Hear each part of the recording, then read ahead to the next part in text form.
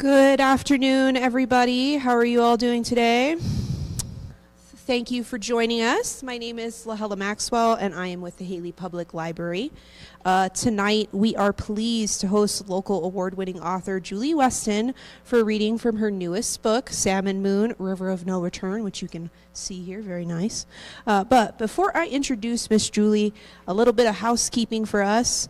As usual, there are 3 ways to enjoy our adult programs here live. You can also watch at home live through YouTube or archived on YouTube later. So if you are really enjoying this and you want to go back and listen to it some more, we will also have it up on YouTube later for you. Also, if you are a library card holder, we want to remind you, you do receive a newsletter every week with our upcoming events.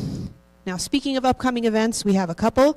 This Saturday, March 8th, the Hailey Public Library, in a partnership with the Boise State University, Idaho Dark Sky Alliance, and the Sawtooth Botanical Garden, will be hosting astronomer Dr. Julie Smith of North Carolina Museum of Sciences for a lecture, followed by an evening of stargazing at the Botanical Garden. And then join us on Thursday, March 27th, for a closer look at the art of fly fishing with Ed Northen, a fly fishing guide with Silver Creek Outfitters and former president of the Hemingway chapter of Trout Unlimited. Now tonight, if you have any questions, we respectfully ask you wait until the end.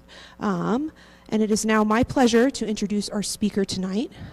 Raised in Kellogg, Idaho, Julie Weston grew up influenced by the mountains, the people, and the Bunker Hill Mine her childhood home was only a block from. Miss Weston attended the University of Washington, earning her law degree, and spent many years as a tax, corporate, and business lawyer in Seattle. But her passion for writing never waned.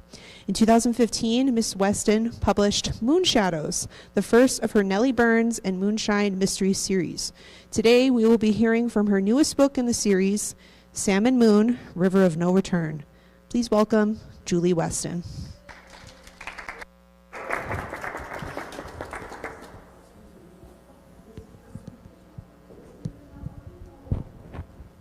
Hello, now can you all hear me? Yes. Okay. Thank you for coming.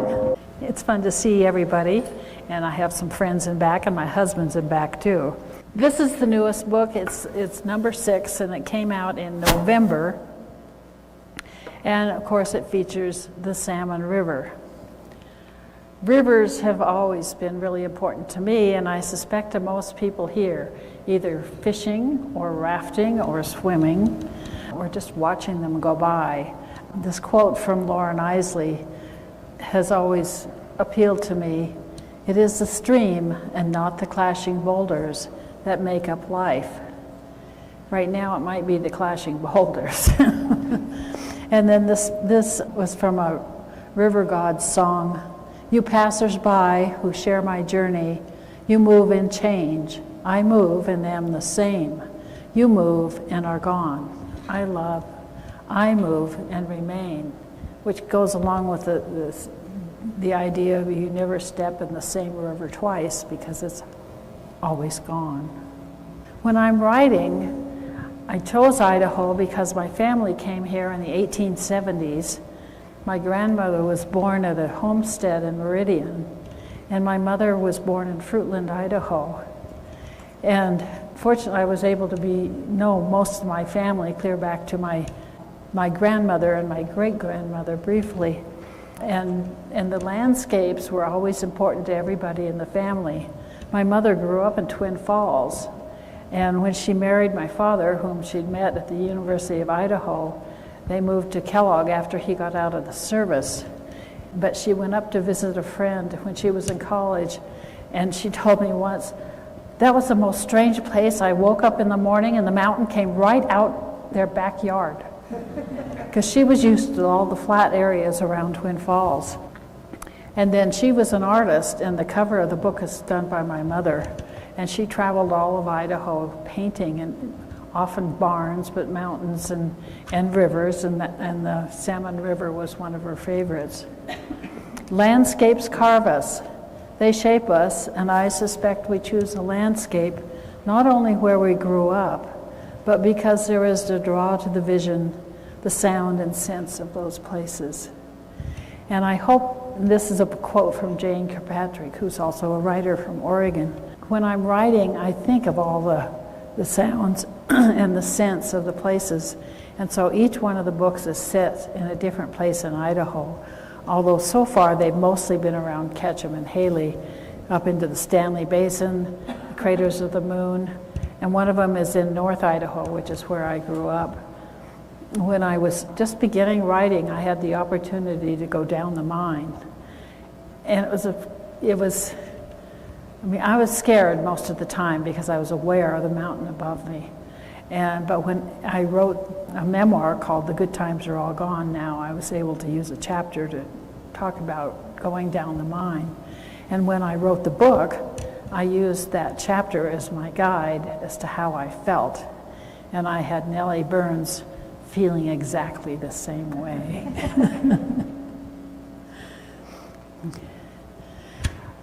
As I'm mentioning, all my books are set in Idaho, and these photographs were taken by my husband, Gary Morrison.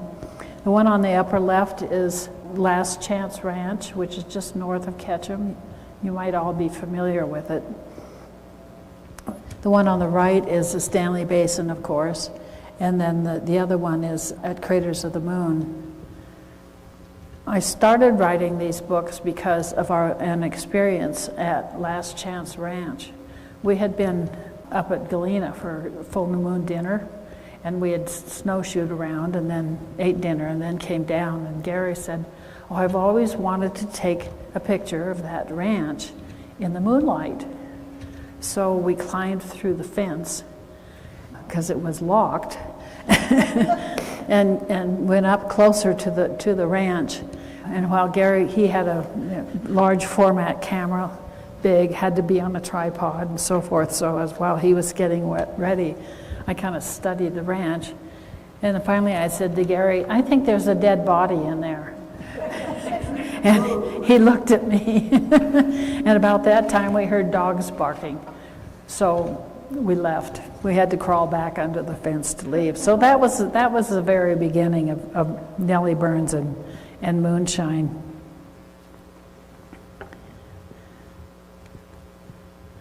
All my books have moon in the title.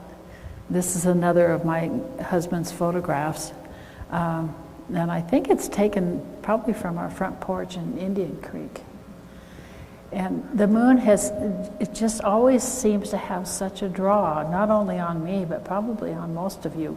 And these super moons, the end of the year, October, November, December, and this is not one of them, this is earlier. It just sets the mood for a murder mystery. And so that's part of the reason why I have moon in the title.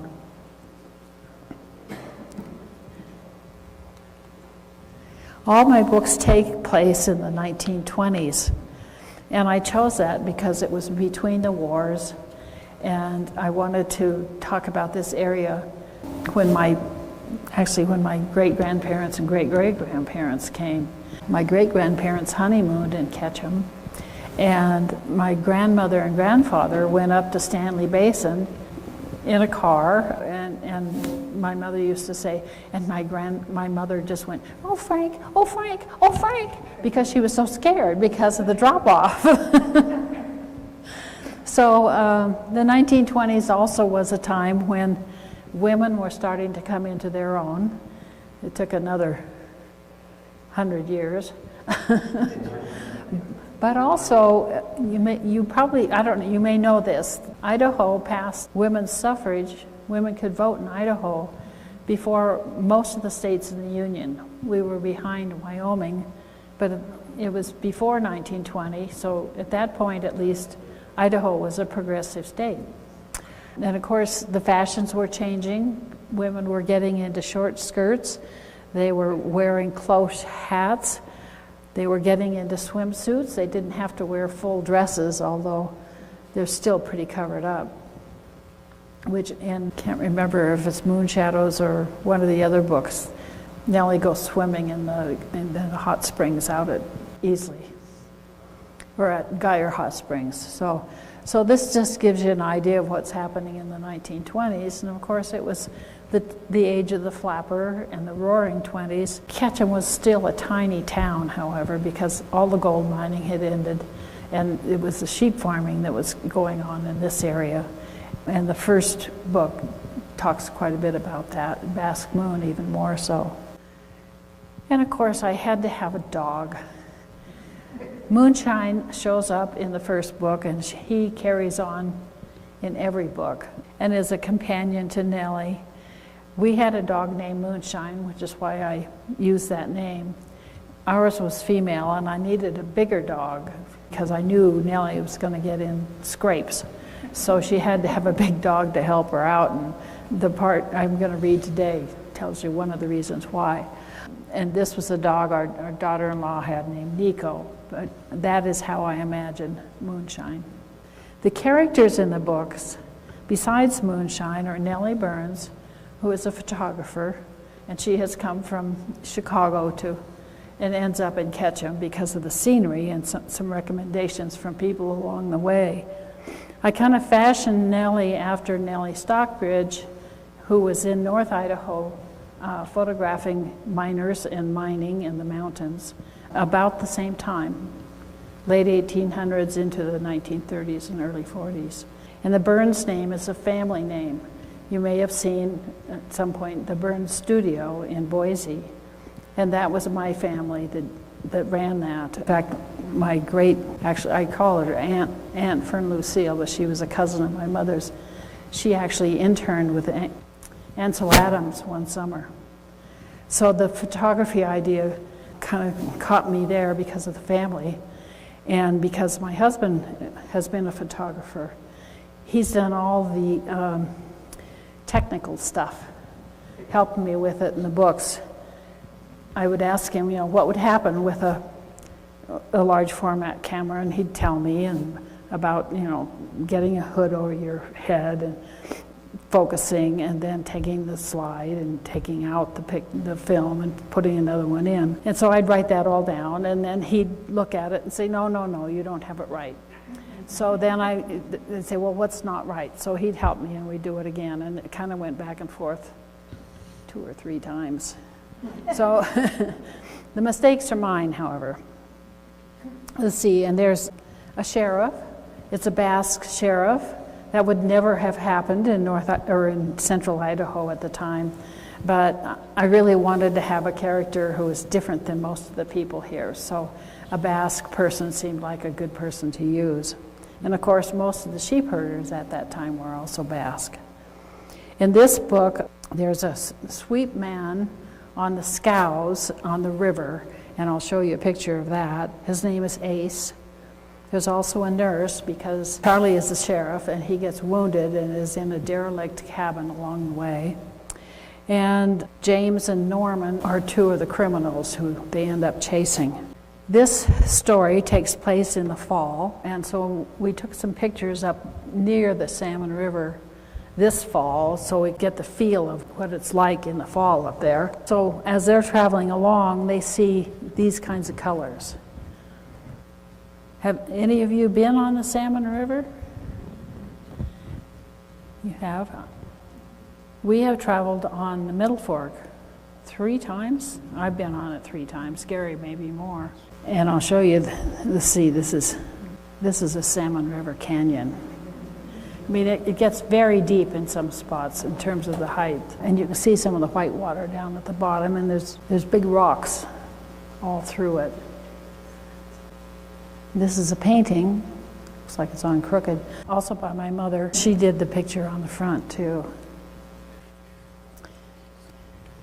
This is a map of the Salmon River. It is the longest undammed river inside a state in this country, and hopefully it'll never be dammed. They tried to do it once, but it got stopped. Here's Stanley. This is where it starts, right there below Galena Pass. And it goes up to Chalice, up to Salmon, and then it takes a left turn here. And the book ends in Riggins. So you can see it's a long, long river. It's a beautiful river, but a lot of the time, especially in here, is going through the river, the Frank Church Wilderness River of No Return Wilderness. So there's not much. There's chalice and salmon, and there were all sorts of early miners along after the North Fork, and there are roads that come in and out of there that are very obscure. They're all just tracks, basically. And by the time Nellie's on the river, most of the miners had left, but there have been some people who have stayed and lived there their whole lives, and a few miners who kept trying to find gold, mostly. Whereas down here in Ketchum and Hailey, and we turned to lead mining, like Triumph. So this map came from Court Conley's book, River of No Return, and I used it extensively when I was doing my writing. This is more maps, and it shows the way it goes, and then another tribe up. And I don't know why it isn't facing the right way, but in Court Conley's book, there were lots of descriptions. I mean, he would mention every campsite and people who had lost their boats and miners who lived there. So it's very detailed, and I was able to use some of that information just to explain what's happening to Nellie and Charlie and Ace as they're on the scow. This is what happens now on all these rivers. Everybody's in a rubber raft, like that one, there. Or they're on kayaks, or they're on little rubber duckies, paddling themselves. These people are on rafts that they're helping to paddle, and the guide in the boat tells them when to paddle on the right or on the left or lean and this kind of thing. And it's very popular, as you probably know. All summer long, there's people in rafts going down the various rivers. This is what it was like in the 1920s. On the left is a scow, and it's a flat boat. It's 8 feet across and about 28 feet long. More than one was lost in the rapids as they were going, especially from Salmon to Riggins. And then on the right is a Mackenzie River boat, which is a dory. It's up on both ends. Here, go back. It's got a prow, and it's got the back also goes up. And you can see some of the white water these boats are going through. And this, again, is another picture of a scow. And you can see how it's loaded with, it would carry mining equipment and supplies and moving things from salmon mostly to the people who lived along the river. This is one that was made specifically to be in Riggins. It's a model, kind of, but I think it's still the same 8 feet and 28 feet. But it's right beside the road if you're ever heading north and go through Riggins. So you can see it's not a real comfortable looking mode of travel. And then this is a dory. We were in a dory on the Rogue River at one point, a Mackenzie River dory, fishing and going along and through lots of rapids, and everybody caught a fish but me. I still resent that. These are the books I used to do some research. The top one, let's see if I can make that show. This one is Court Conley's River of No Return. I used it the most extensively. This was by a river guide, a modern river guide, and he had lots of stories to tell. This one I think is Matt Lydecker's book about the Middle Fork of the Salmon, but he also had a whole extensive discussion about the flora and the fauna and camping and so forth. It's an excellent book. Even if you're not going to go on a river, it's fun to read. And then this was another river running book. And it's, again, mostly the Middle Fork. A lot of people do the Middle Fork and never do the salmon. And I think they're equally gorgeous and fun to travel on. Okay, let's see. The other source I do my research at is the Center for Regional History in the Ketchum Library. I have used the Hailey Library when I have things taking place here, because they have an extensive collection of the Mallory photographs, which are Hailey and the surrounding area and some of the mines. And the photographs are really fun to use because I can imagine my characters on the streets or going into the stores. And so the research is almost as much fun as the writing. Here's another couple of quotes. Rivers are the veins and water of the lifeblood of Mother Earth. That's supposedly a quote by Leonardo da Vinci, which again seems like fits right here with the Big Wood River coming through here and the Salmon River going up through the central part of Idaho. And those are all my books. I'll leave that up. I'm going to read a little bit from the new book. The new book is a mystery also. It's a murder mystery, but it's almost more of an adventure story than it is a mystery, because there's not a bunch of murdering going on like there are in some of the other books. And the one I'm working on right now already has 3, so.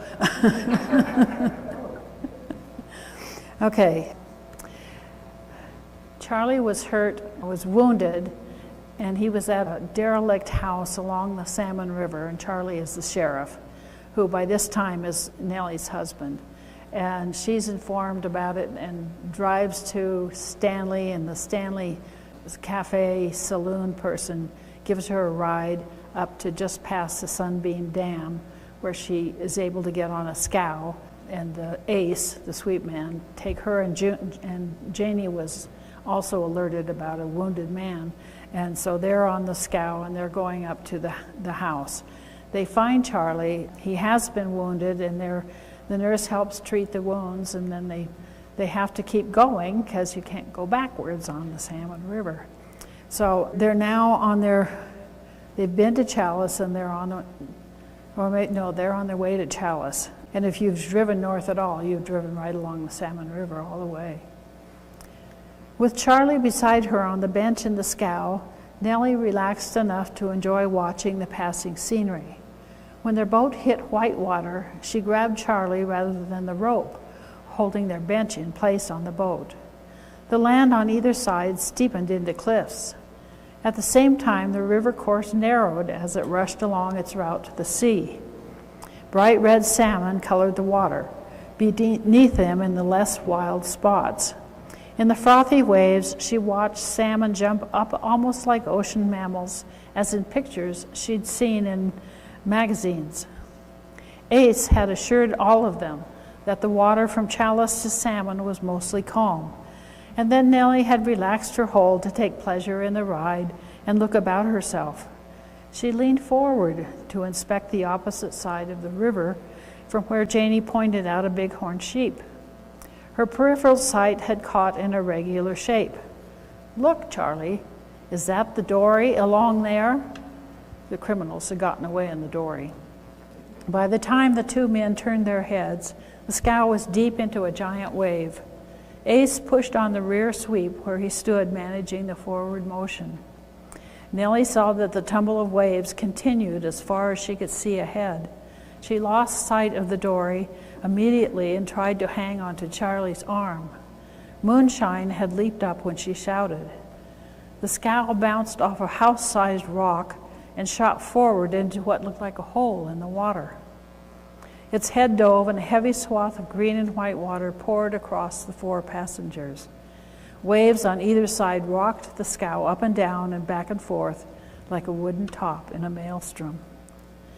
Nellie lost her grip on Charlie. She grabbed for the rope she had used earlier. She missed. Another wave hit her from the side, and her body lifted up and forward. Her cork life preserver threatened to pull off over her head. Her hand found her pack and grabbed at it, but it leaped along with her. Before she could take a breath, she felt herself flying over the side of the scow and saw Moonshine beside her. With her free hand, she grabbed a strap on his cork jacket. All she could hear and see was all the white water, dark, churning waves. She pulled in a huge breath, and her head went under into a deep silence. She tried to keep hold of her pack and Mooney. She held her breath as long as she could. Green surrounded her, as did bubbles and froth. "Charlie," she screamed in her head. Images of him holding her against his strong chest flowed through her mind. She wanted to sink into his arms, feel his strength and rest. Her head bobbed back up in the air, all the images drowned behind her, and she coughed and choked out water. "Feet first," Lula's voice echoed in her head. She struggled to turn around in the churning river. The sound filled her head as water sluiced into her mouth. Something slippery passed her face and then her legs. Ew. Fish, they wouldn't hurt her. Nellie stretched her legs in front of her and felt the cork hold her head up. She spit out water. Mooney rode beside her on his cork jacket. She held on to him as tight as she could, but the waves continued to rock her in directions she didn't want to go. She tried to find the boat and maybe a helping hand to lift them. River water continued to flush against her face, so she had to close her mouth, try to breathe through her nose, and take a breath whenever there was a respite. Mooney kept his black head up higher but facing backwards, so he didn't have the coughing and choking battle with the whitewater. As long as she held on to him, their cork jackets stabilized them. At last, Nellie felt the river begin to even out and the waves to lower against her face. She searched for the scow beside her. It wasn't there. Of course, it was heavier and may have traveled faster than she did, or a different route through the storm of waves and holes and rocks. No rocks had caused her to spin or sink. Even as Nell thought her bumpy float trip would pause, she saw a large black rock in her way. Her feet hit it first and catapulted her over the edge. She lost a grip on Mooney's strap. She and her pack pulled across a flat, rough surface, and she felt her cheek scrape on it. The rock crested into a sharp upward bump, and she stopped, tangled with her pack. Moonshine rolled beside her, landing with his legs curled beneath him. Nell grabbed a strap again and hugged him. She felt along his legs, and they seemed fine. One ear leaked a line of blood, but he licked her face. "Oh, Moonshine," Nellie cried, his tongue linked at her tears. The rock shone with water, but mostly it rolled off the curved top back into the river. Only now could Nell feel how cold she was. The shock of the fall had diminished the stun of the cold, cold water. Again, she looked around to find the scow. It was nowhere in sight. She searched the shore on both sides. No scow. Back up the river, there was nothing but white water and another large boulder, maybe the one the scow had hit. What if it had shattered with the force of hitting it? Stopped the panic. No, it didn't. Or Charlie and Janie and Ace would be somewhere in the river with her. It must have held together and rammed on down the Salmon River. She inspected the water and saw several red fins and tails rushing upriver to their destiny, dying. Moonshine shivered close to Nell. She wrapped her arms around him under the cork. If they stayed cuddled, maybe there would be enough warmth to share. She had to think. No scow. No other boats would be coming down the river, she was sure. It was October. The scow could not come back up. The river of no return. She caught a sob, stopped the panic. What would Charlie do? She wished she had his pack. His pack. As if her words conjured up for her, she strained her head around above the cork. There it was. She had grabbed his, not hers, when she floundered off the boat. Her pack, with its precious camera and film of the photos she took of the dead man, remained tied to the bench, unless it too had been knocked loose. Maybe it had drowned in all the water, but maybe not. As if things weren't bad enough, rain began to fall, feeling as cold as the river. She watched the drops dimple the water and saw that the waves began to subside somewhat. Not much, but maybe enough to help her get off the rock.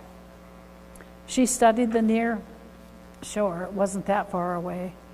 She leaned over to see if she could see the bottom.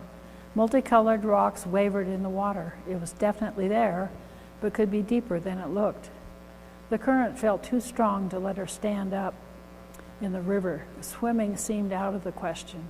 Her sopping clothes and shoes would pull her down too, or she would end up washed downriver again. What do we do, Mooney? A drop of blood hit Nellie's hand, the same color as the salmon. She felt her cheek. It was scraped raw and bleeding. She had been too cold to feel any pain. Orp, orp. Mooney's strange bark showed he understood they were in trouble. Shivering so hard she could barely open Charlie's pack, Nell undid the straps one by one, inside a jumble. She reached in to feel around and find what she could identify. First of all, a rope. It was thin and felt strong, maybe composed of some material in addition to flax. She pulled at it and pulled again. It was so long she had to curl it as it came free of the pack. She looped it around her legs so the rushing water wouldn't catch hold and run it off the rock. Even her slow motions had calmed some of her shivering. She counted the loops.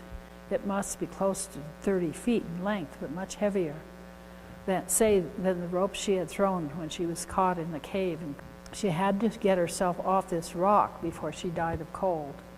With close attention, Nell wrapped one end of the cord around the bump on the rock, careful to keep it clear of the sharper edge. She pulled with all her weight, and it held, at least for the time being. Then she pulled herself to kneeling and looped the other end with a slip knot to hold the loop. She tried swinging it, paying out the line until it swooped toward the shore, and let go. The rope splashed into the river, short of the rocks and brush.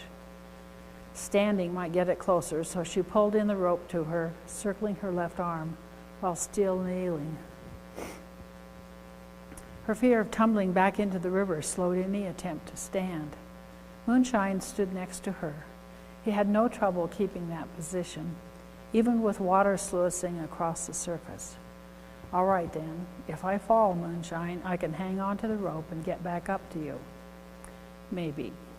She rose on one boot and then the next. Her stance wobbled. She willed herself to get her balance and feel firm on her feet. Thank heavens the flat rock itself was steady. 1, 2, 3, Nellie circled the loop and paid out the line again, wishing the strength in her arms would return. Again, the rope fell short of the shore. She sank to her knees, gasping from the effort. Orp! Moonshine took one loop in his mouth and jerked. Nell studied the water, searching for what she needed. Minutes, maybe hours, went by until she spied a short branch wriggling along nearby in the darkening water. She held on to the loop around the rock and reached for it. One leg slipped. I have it. The sun behind the clouds had long left the narrow slit in the canyon above Nell and Moonshine on the rock. It was only when Nell retrieved the branch that she realized the afternoon light was waning. The white water still contrasted with the deep swirling green surges of the river, but soon dusk would fall. Where, oh where, was the scow by now? Salmon? Farther or closer? Oh, Charlie, I need you, Nell calling for him. Still, she had his pack. Okay, Moonshine, you have to take Charlie's place. Nell took the loop and formed a makeshift harness around her dog's shoulders and chest and under the cork jacket. See this branch? I'm going to throw it as far as I can to the shore. I want you to go after it. Don't come back, though. Go to the shore and stand fast. Then I will come after you. I hope, she said to herself. Before throwing a long piece of the branch, one light enough to toss as far as possible, Nellie checked the rope to be sure it wouldn't tangle. Moonshine's eyes lit up and he grinned at Nellie, his tongue hanging out in anticipation. Once again, Nell managed to stand on the rock. She held the stick next to Moonshine's nose. See this? I'm throwing it to the shore. Go get it. And stay there, she mouthed. Her toss was strong and straight. The stick landed on the rocks, shining in the shore water. Moonshine leaped off the rock and swam. Water flooded across him, but he managed to swim in a true line toward the rocks. The current pushed at him. Nell could see. Even so, his eyes didn't seem to lose sight of the stick. At last, Moonshine clambered onto one of the first rocks, mostly out of the water. Nell could no longer see the stick, and Moonshine appeared to search for it. Stay there, Moony, stay! Nell screamed as loud as she could. She grabbed Charlie's pack, pushed the cork jacket up behind her head, slipped her arms through the straps, and tied the waist strap around her. I'm coming. Nellie sat on the edge of the rock and swung her legs into the water. Before she could hesitate, she shoved off, her hand on the rope slung around Moonshine. She now stood on the shore, watching her. The cork kept her afloat, although the pack tried to pull her under, and the current pushed at her. The cold water stunned, but she had to keep moving. Hand over hand, Nell used the rope to creep toward her dog. He held it steady, so the river current didn't send her sideways. Her strength kept her upright, but she could feel it faltering. Her feet didn't touch the bottom at first. Before long, she did feel her boots slip over submerged rocks.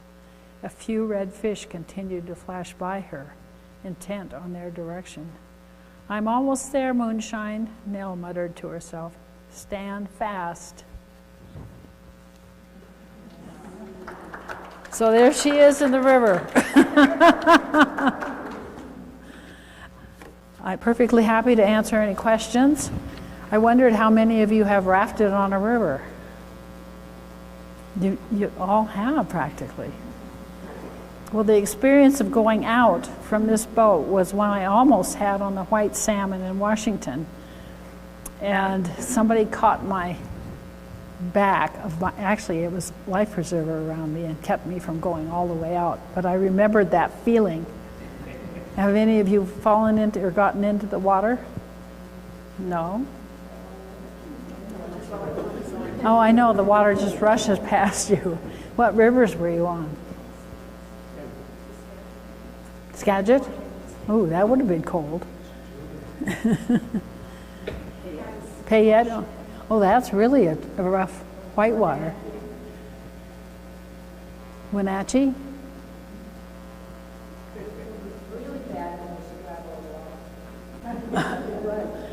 Yeah, I'll say. We've been down as I mentioned, the Middle Fork, the Green River in Utah, the White Salmon in Washington, the Rogue River in Oregon. Is that it, Gary? I can't. A lot of different ones. Yeah, we did not go down the main salmon though, so that's why all the research helped me write the book. Any questions or any comments? We did have one, just like it was a black lab, and that's what Moonshine was patterned after. But as you see, I needed a big dog. Our dog was female and quite a bit smaller. Thank you. Darlene?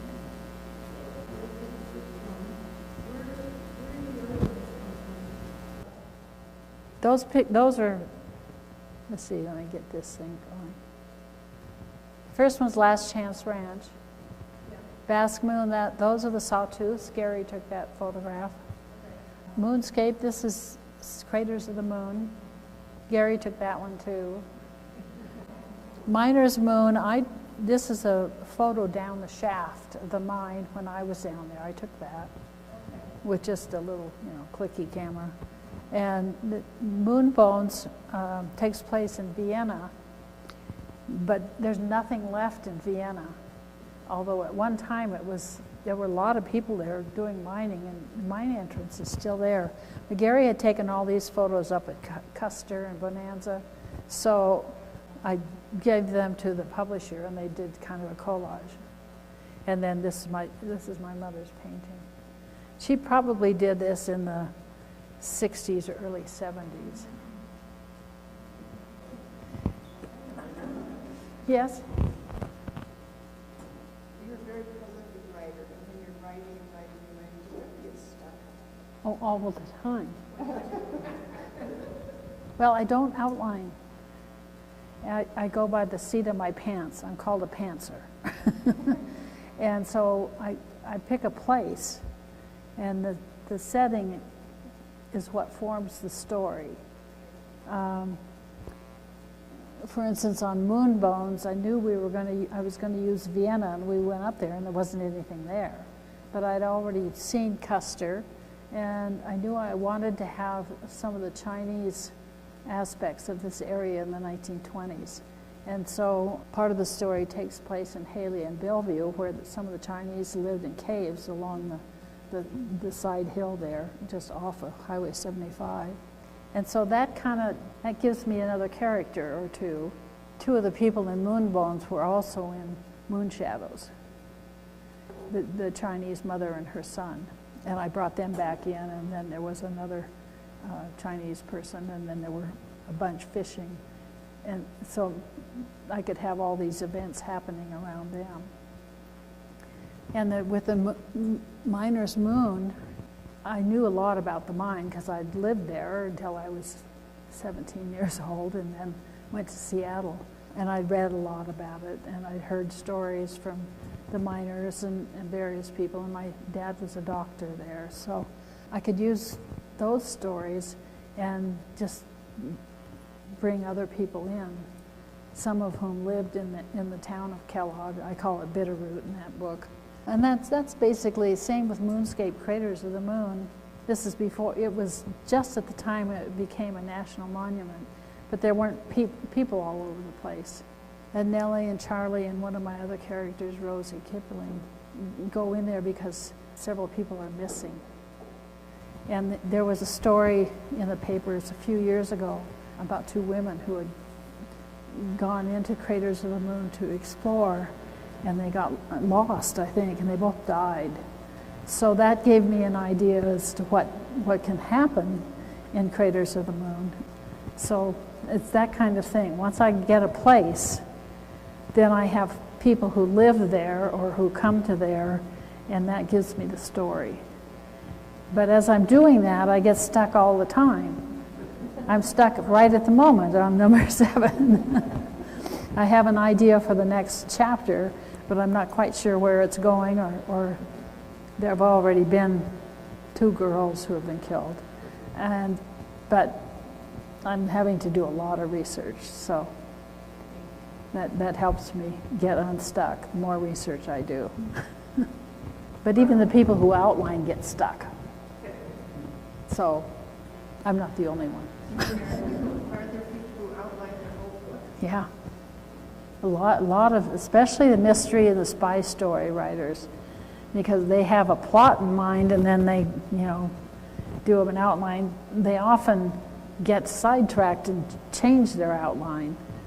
But I just have to stop and think for weeks, sometimes. Or longer, yeah. Gary's my first reader, so he knows when I'm stuck. Anything else? When was your first book published? When did you start this series? I think it was 2015. Yeah. Is that what it says in Moon Shadows? Yeah, and it's been about every 2 years. The first one took a lot longer and took a long time to find a publisher. And I've had a small publisher, Five Star Publishing was the first one for the first 5 books. And then they decided they would only do large print books. So I had to find another publisher. And I did. And Circle Publications is the one who's done Salmon Moon, but they have now put all the other books into paperback, which has really been helpful. And they're another small publisher. They're both in Maine. And they do mysteries and westerns. So I belong to a group called Women Writing the West, and it's the number of writers in Colorado started it. There's now about 200 members, 300 members, and they have an annual conference. And it was somebody there who told me I should contact the Five Star Publishing, and they immediately wanted it. So I was happy about that. But it took a while to find somebody who even knew where Idaho was. and it wasn't all cowboys and Indians. So miners and sheep ranchers. I've got a sheep rancher in the second one especially. Thank you for coming. I really appreciate it.